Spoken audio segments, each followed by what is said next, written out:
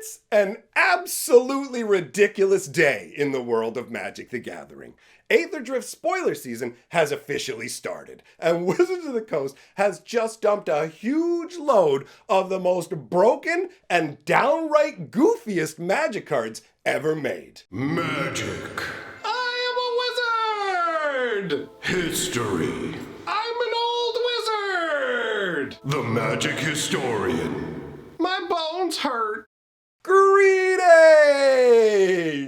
owners of fine luxury cardboard rectangles. My friends, I hope the day finds you well because we have gathered for a wacky installment of Mega Magic News. Today is all about the Aetherdrift spoilers, highlighting just how insane this set is from a power perspective and also from a flavor perspective. If you thought that the detective and cowboy sets were nuts, well, welcome to a whole new world. And actually, speaking of looking at cards, if you would like a palate cleanser after this, I do have a video where I just recently opened an old school vintage pack of Ice Age that was absolutely incredible. So I will leave a link to that pinned down in the comment section at the top and at the end of the video for you if you want to pull your mind away from the Aetherdrift insanity or just want to know what it was like back in the early days of Magic the Gathering 30 years ago. But that being said, it's time to talk about the newest, most modern and crazy Magic cards. Let's go. Buckle up, my friends. We're starting out today's vroom vroom beep beep insanity with a de-sparked Basri. Now, before we talk about the mechanics, let's talk about the insanity of the border on this card. If you haven't heard already, Wizards of the Coast is making golden first place finish cards that will show up specifically in box toppers that come in collector boxes and play boxes. So the idea is these are some super chase after only available in box topper cards. I'm hoping they look a lot better in person because honestly, these digital mock-ups on Wizards website look horrific. Now, let's talk about the mechanics of the card. 1 white for a 2/1 legendary human knight because he's not a planeswalker anymore.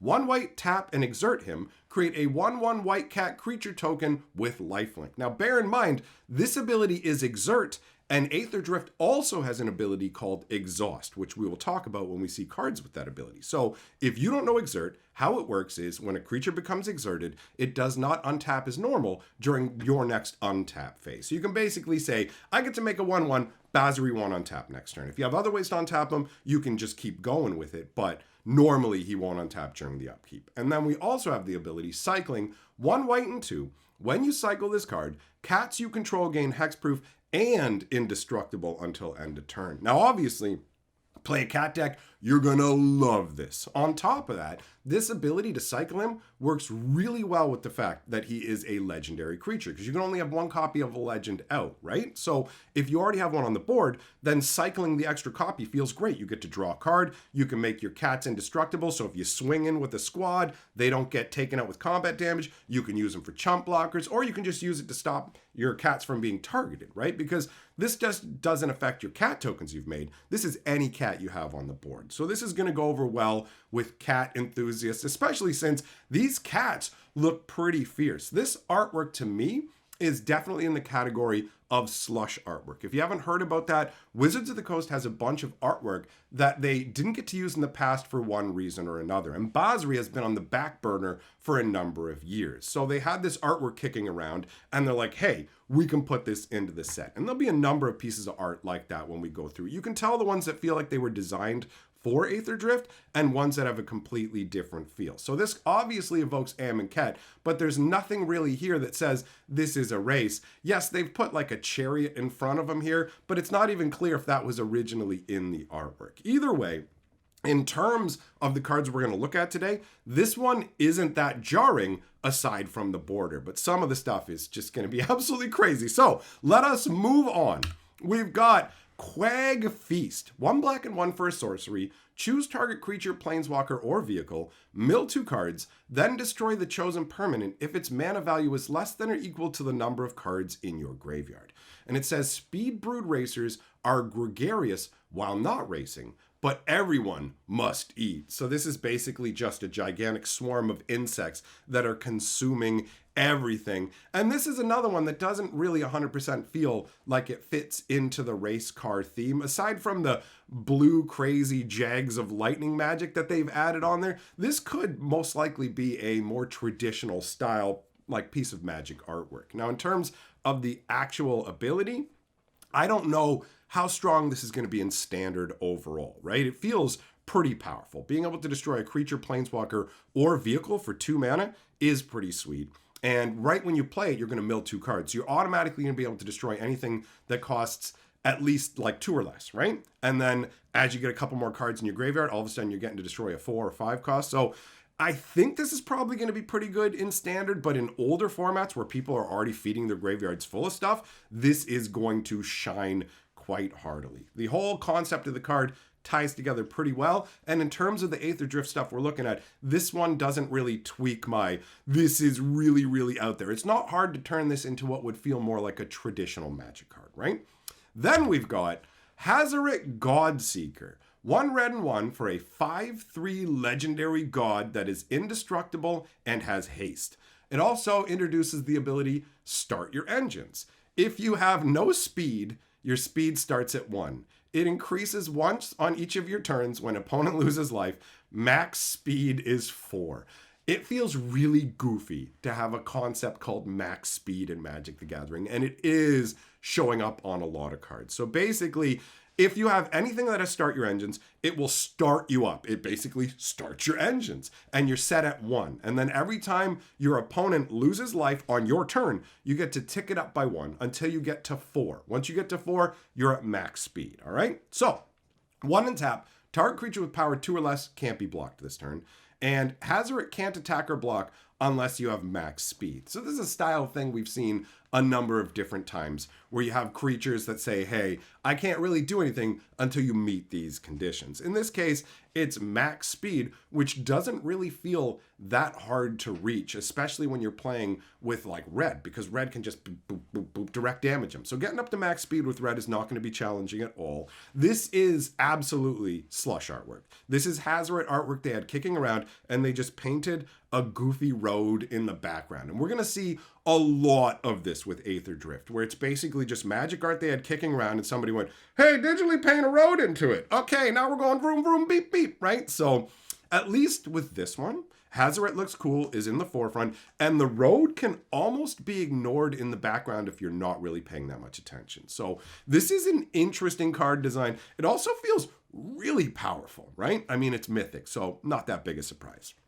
Then we've got Agonisaur Rex, right? 2 green and 3 for an 8/8 trample. This is right up my alley. I love big green dumbness. It cycles for a green and 2. So it appears we're going to have a cycle across all 5 colors, because we saw Basri cycled for a white and 2, right? And it has a when you cycle ability, just like Basri did. When you cycle this card, put 2+1/+1 counters on up to 1 target creature or vehicle. It gains trample and indestructible until end of turn. So you've got a gigantic beef boy, 8/8 trampler for 5 mana, which is just, it's insane, bro. You used to have to pay 5 green to get a 10/10 Giganosaurus. Now you can just pay 2 green and 3 for an 8/8 trampler that cycles to go, hey, by the way, that creature or vehicle is indestructible and trample and has 2+1/+1 counters on it, right?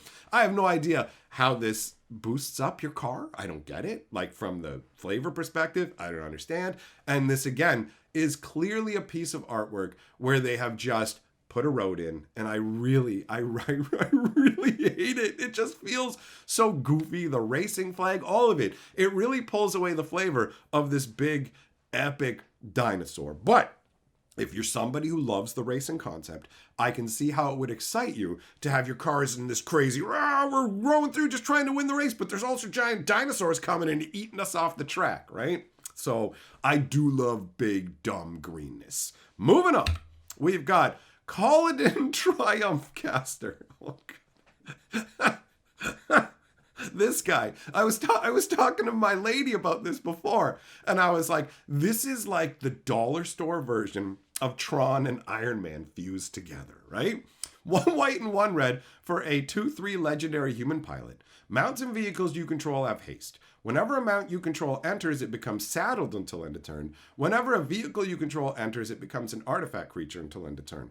Stay in formation. We will win this together or not at all. Spoiler alert, they don't win. So this just feels really weird on every level. First of all, the goofy Tron car, the weird like arm Yu-Gi-Oh attachment with the goofy light blade coming out of it, the bulky like futuristic armor, the fact that I'm in my beep beep car, so it makes all of your cars and even your horses and stuff can go in with haste and they become saddled. Your horse is saddled, but there's nobody on it. He just loves my car and he's running beside it. Oh, okay. I hate this so much. Like so much. This is so far from what feels like a Magic the Gathering card to me, right? Moving on. We've got Draconautics Engineer. This one straddles the line where it's goofy, but goblins are goofy, and the rocket it's a little bit too far, but goblins are goofy, so this one straddles the line. 1 red and 1 for a 2/2 Goblin Artificer. It's got Exhaust. 1 red. Other creatures you control gain haste until end of turn. Put a +1/+1 counter on this creature. Activate each exhaust ability only once. So this is actually a pretty smart concept in terms of a mechanic, right? We've had a number of abilities in more recent times in Magic the Gathering that you could only ever use once on the card. And the idea of exhaust, obviously when you're thinking of cards, you think of the exhaust for coming out of the tailpipe. But when it comes to the overall concept, exhaust is to run out of something. You've exhausted your energy. You've exhausted your supply of cookies, whatever it is. So that actually works and can translate to every other Magic set without actually evoking the flavor of a race car set. So I do have to give credit to the concept of the exhaust ability. So bear in mind, Exert doesn't untap next turn. Exhaust, only ever do it once.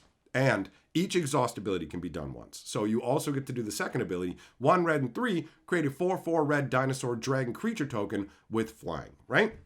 So the idea is supposed to be that the goblin is literally like strapped onto the head of the dragon and flying it with a rocket booster. Goblins have always been goofy in Magic, and you always have to give a little bit of leeway. So this one, you know what I mean? It's funky. Moving on. We've got Oil Deep Gearhulk. I loved the Gearhulks from Kaladesh. They're essentially just gigantic magical golems, right? So 2 black and 2 blue for a 4/4 lifelink ward 1. When this creature enters, look at target player's hand. You may choose a card from it. If you do, that player discards that card, then draws a card. And on the surface, you might think, well, you're taking a card away, but you're giving them a card too. So where's how really good is that? Well, first of all, you can actually target yourself with it if you want to replace a card from your hand. But secondly, if you hit your opponent with that, you're not just going, oh, get rid of a card, gain a card. It's symmetrical. It's like, no. I'm taking your best card. I get to know everything in your hand with the exception of that one card you just drew. So I gain information and take away your strongest asset on top of getting a 4/4 for 4 that has lifelink and ward 1. And actually, I feel like they reined it in a little for the ward with this, because with the mythics, right? I could easily see this having a crazier ward ability more up the scale to make them harder to get rid of. The flavor text says, oil-actuated inventions raised eyebrows after the invasion, but no one could argue against the efficacy of the design. So I suppose this is supposed to be an incorporation of Phyrexian oil into the actual design, which is a crazy concept, right? Because the Phyrexians are terrifying, and maybe somehow the inert oil can be reactivated. So maybe in the future, these kind of Gearhulks will be a problem, right? Either way, pretty funky design. I don't have a problem with this at all. This is totally in the normal wheelhouse of Magic for me. The Gearhulks get a pass. Moving on. We've got Mendicant Core Guidelight. I can't believe this thing's just rare. A blue and a white for a star 3. His power is equal to the number of artifacts you control. It's got Start Your Engines, which we already covered. But at max speed, whenever you cast an artifact spell, you can pay 1 if you do copy it. The fact that you have to get up to 4 speed, so it's going to, you put it out and it's going to take 3 more turns at least to get it going, is the only thing that stops this from being completely and utterly busted, right? The fact that you can just pay 1 to copy any artifact. I'm casting this artifact. Pay 1 more. Oh, look, now I have 2 copies of this artifact. The other one's a token, but still, that's super, super strong, right? Now, the artwork is very much not feeling like Magic the Gathering to me. This feels like a Guardian in a Portal style game where you're dealing with high-tech futuristic stuff, right? This is totally outside. It's funny because I just talked about the Gear Hulks, but the flavor between the two definitely feels different to me. He has more of a, I am mechano robot man. And, sometimes that's all right, but other times it's not. Moving on, we've got Valor's Flagship. 3 white and 4 for a legendary vehicle. It's 7/7 flying first strike and lifelink.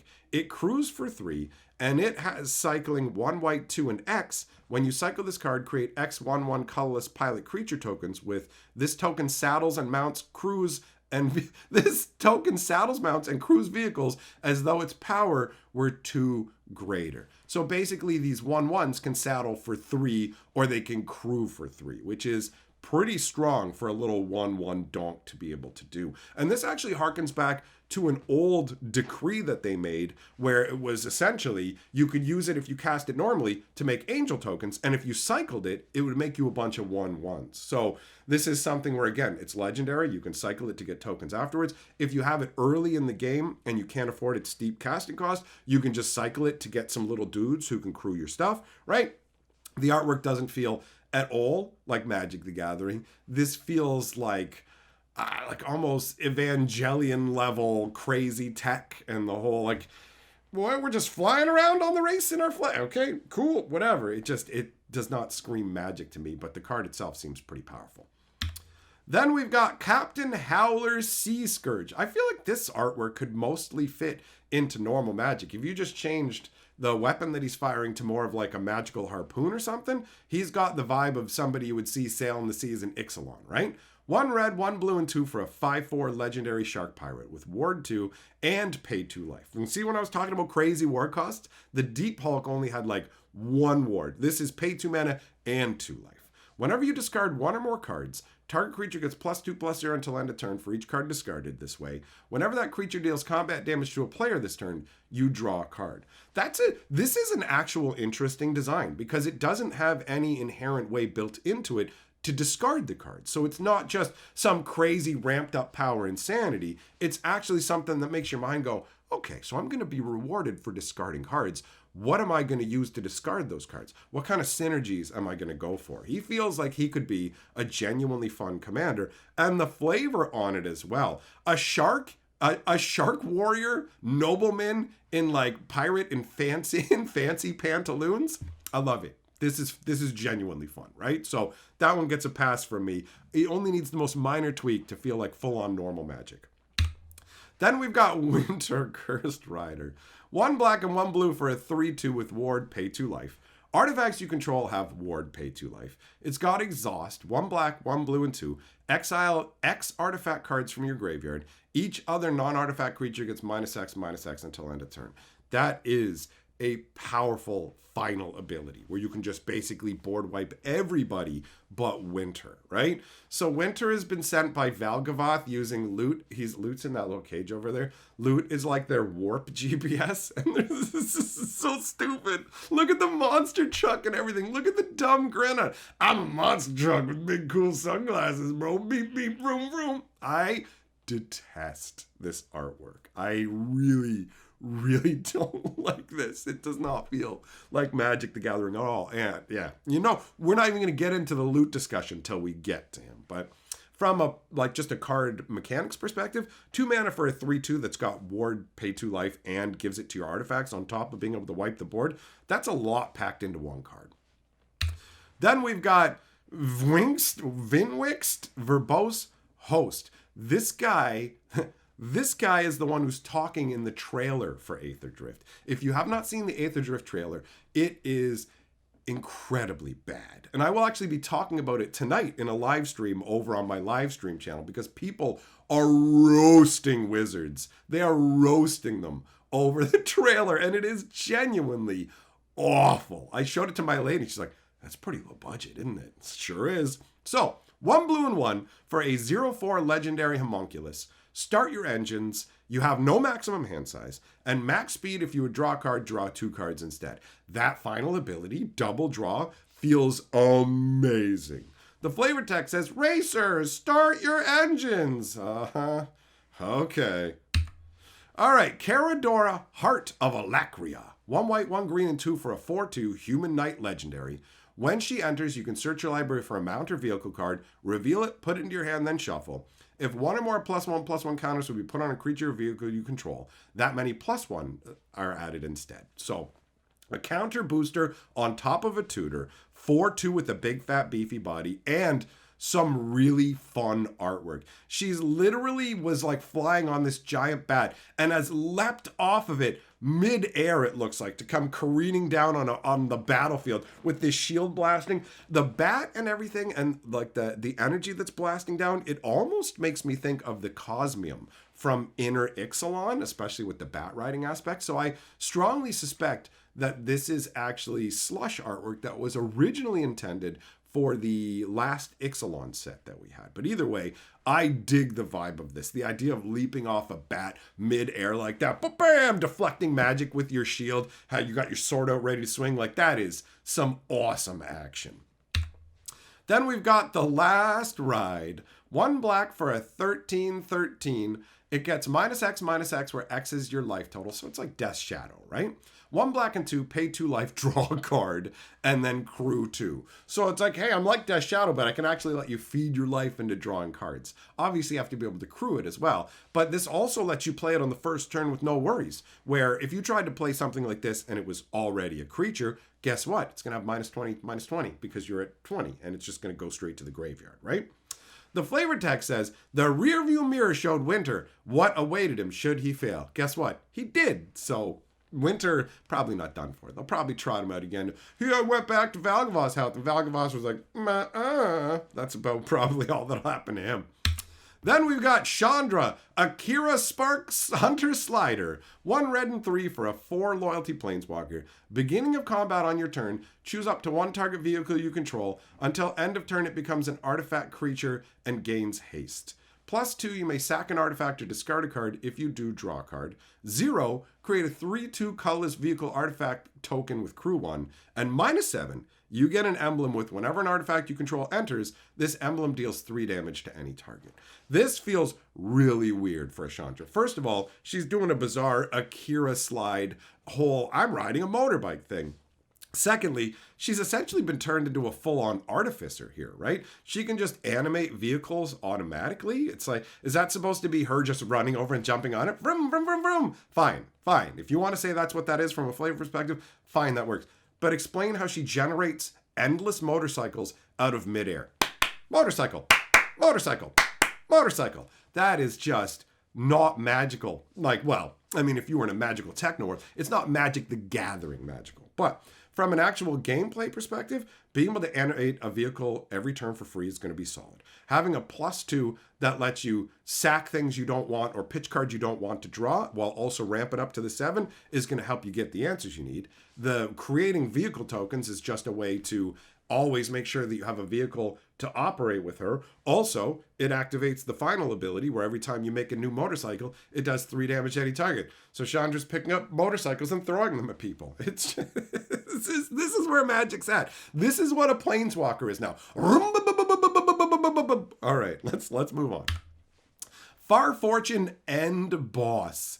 It's a weird name. 1 red, 1 black, and 2 for a 4/5 legendary human mercenary. Whenever you attack, Far Fortune deals 1 damage to each opponent. It has Start Your Engines. And max speed, if a source you control would deal damage to an opponent or permanent opponent controls, it deals that much damage +1. It feels kind of weak overall in terms of that, but with the Start Your Engines max speed thing, it's like, okay, all right, you can do an extra damage. So whenever you attack, you'll do 2 damage to each opponent. It's not too crazy on the power scale. The artwork, I mean, you could rework this artwork into something Rakdos-esque, so yeah, it's not nearly as annoying to me as ones that have actual roadways through them, right? So this one's not that big a deal. Then we've got the Aether Spark. 4 mana for a legendary artifact planeswalker equipment with 4 loyalty. As long as the Aether Spark is attached to a creature, it can't be attacked and has, whenever equipped creature deals combat damage during your turn, put that many loyalty counters on the Aether Spark. So basically how you beef it up with counters is have it attached to a creature and have that creature deal combat damage. You can also increase its loyalty with the +1 ability. So +1, attach the Aether Spark to up to one target creature you control, put a +1/+1 counter on the creature, and then -5, draw 2 cards, -10, add 10 mana of any color. And notice, this says deals combat damage during your turn, not to a player. Like, if it hits a player, it counts. But if it hits a planeswalker, if it hits your opponent's creatures, any kind of combat damage will get you counters. So you're going to be able to get the counter count up on it pretty quick, considering the fact that every turn, even if you only have one creature, you can just keep spamming this first ability if you want to add more and more +1 counters, right?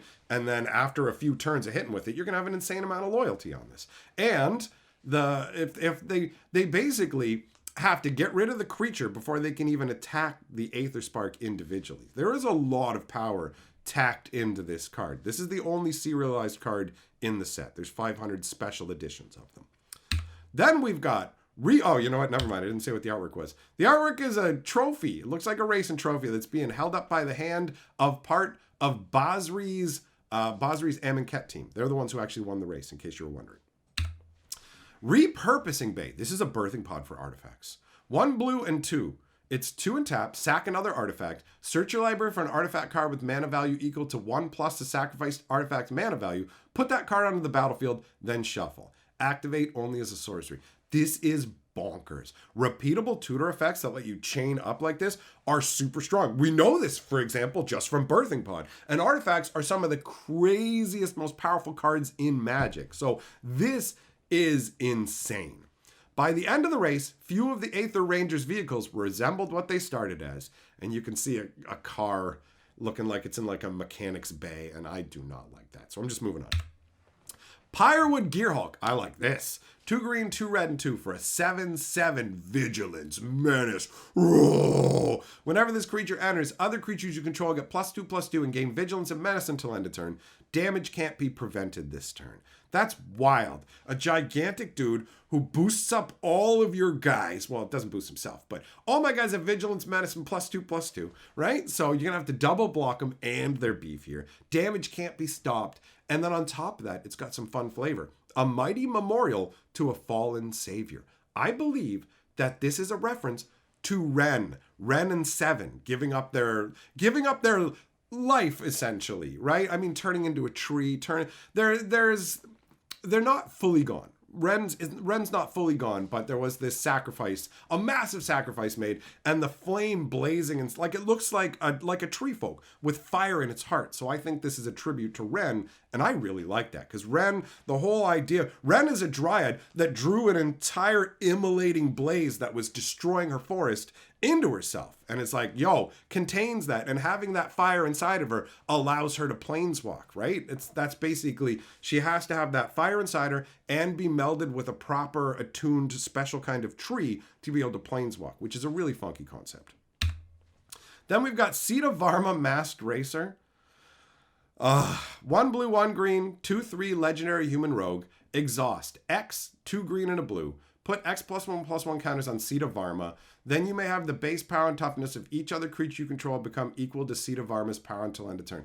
This is her running on face with running on foot, I should say. I want a face palm, but she's running on foot now in the race, like in Ricky Bobby when they're just running, because her car got blown up or whatever, and now she's got some special Aether suit that lets her, I can go in quick time for like 2 minutes. It's the whole thing is silly. The story that introduces Sita starts out with her going, I love that I can sneak out to race because we don't have servants anymore.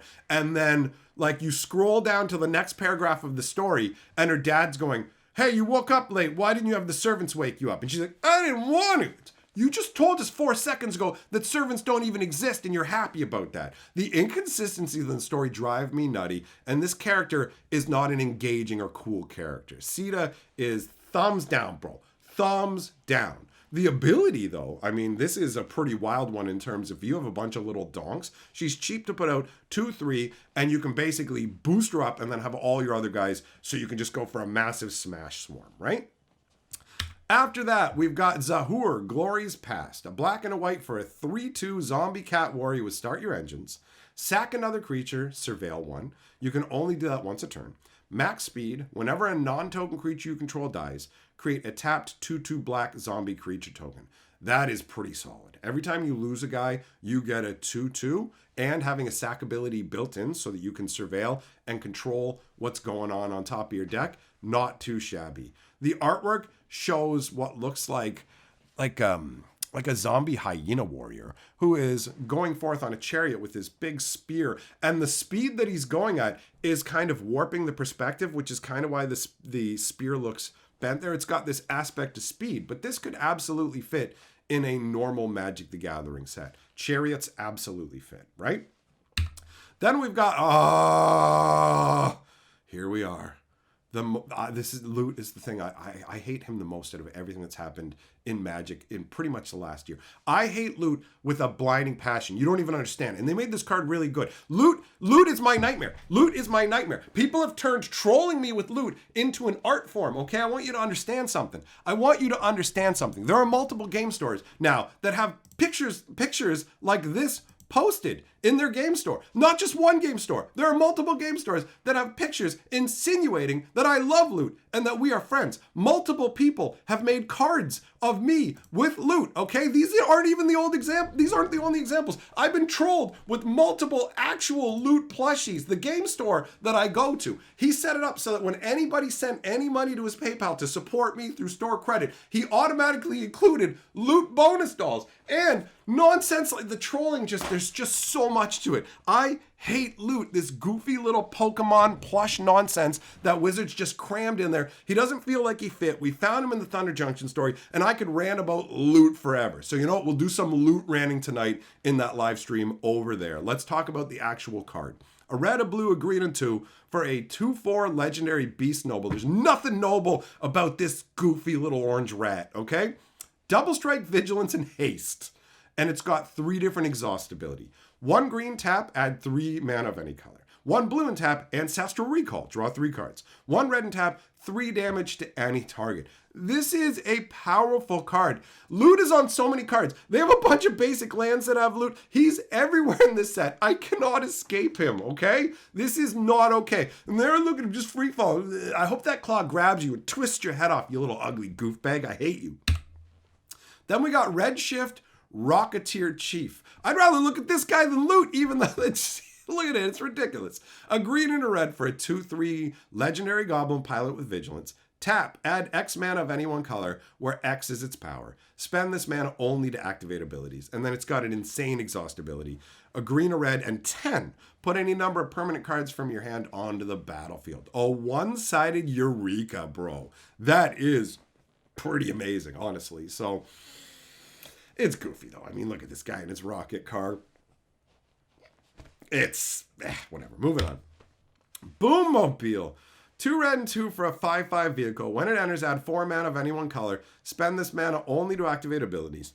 Exhaust. 1 red, 2 and X. This vehicle deals X damage to any target. Put a +1/+1 counter on the Boommobile. All right? So for one time, you can fire off some rockets and blow up another vehicle. You got this goofy, like, buggy going on here. This is very much clearly designed for Aetherdrift. Anything like this, 100% made for Aetherdrift. So you only got to crew it for 2. Yeah, I don't know, man. I mean, it gives you 4 mana when you put it out, but you can, I guess you could exhaust for 1 right away if you wanted to. Anyways, we've got Crypt Caller Chariot, a black and 3 for a 5/5 menace artifact vehicle. Whenever you discard 1 or more cards, create that many tapped 2/2 black zombie creature tokens.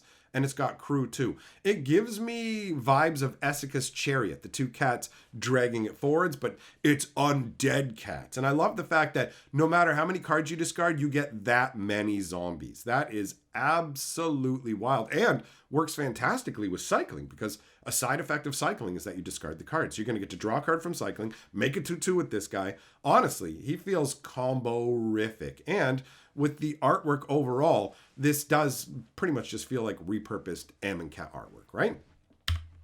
Then we've got Atchik, Emerald Radiant. 1 green, 2 black, and 3 for a 3/3 insect druid.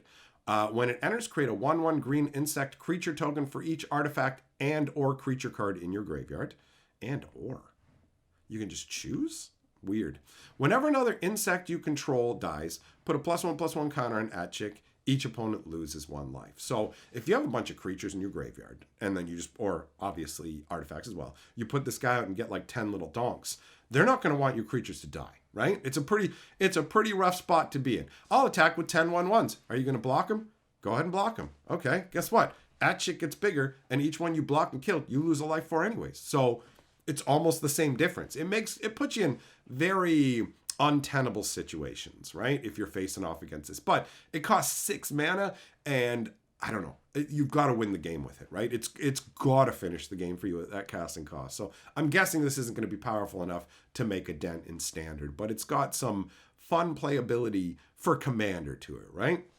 The artwork is, I don't like the vehicle that he's riding on. I can't get around it, man.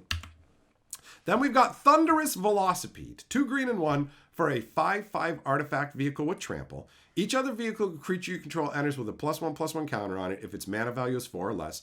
Otherwise, it enters with 3 additional +1/+1 counters on it, and this crews for 3. This is nuts. Just by itself, without even turning into a creature. All your other creatures come out with a bare minimum of a +1/+1, and a maximum +3/+3, just for free. And then you can go, oh yeah, by the way, I turned this into a creature and swing with it. But you might not want to, because if they have creature destruction, they can get rid of it. And I like the fact that Velocipede makes me think of the old Simpsons episode where that's what Mr. Burns calls his bike, right? So the artwork is very much a vehicle, so right? Anyways, that's all the spoilers that we have for today. So like I said before, I will be talking about the horrendous Aetherdrift trailer and my despising hate of loot over on a live stream today, over on my live stream channel. You are welcome to come and hang out and check that out, all right? So, thanks for coming by. Big shout out to my patrons for supporting my channel. You guys rule, and I will see you all in the next video.